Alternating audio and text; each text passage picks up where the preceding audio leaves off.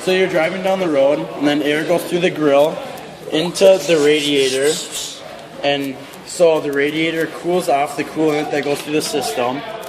So then on the radiator are fins on like the outside that you can see, and the fins create a lot more surface area on the radiator, so the coolant cools down faster because there's more surface area on it.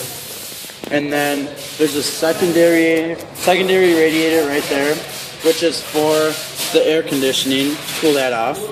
And then on the radiator right here is the pressure cap, and the pressure cap pressurizes the whole system, so the boiling point goes up a lot higher, and so the water won't actually boil, so it goes through the system. Alright, so after the engine starts to heat up quite a bit and it gets kind of hot and needs to cool down, the fan gets turned on, and that pushes the cold air coming from your driving and from the radiator back onto the engine, which cools it off.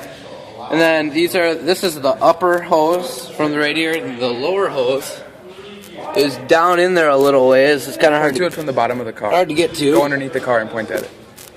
It's right about.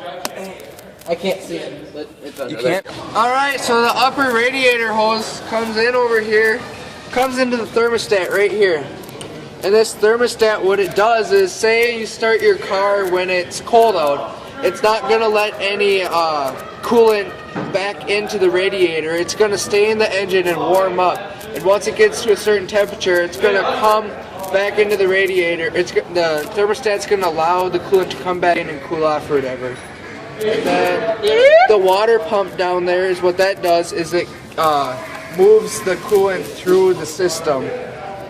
And then on this vehicle, we do not have power steering line or coolant lines, but we do have transmission coolant lines, and it comes in right here, and there's a tube in there, and it cools off the transmission fluid, and it comes back out down there and goes back to the transmission. Okay, so a portion of this coolant from the engine comes out through this hose, goes into the heater core, which then puts it in front of a fan, which blows air into your cabin and keeping you warm. Another destination for the coolant is this reservoir.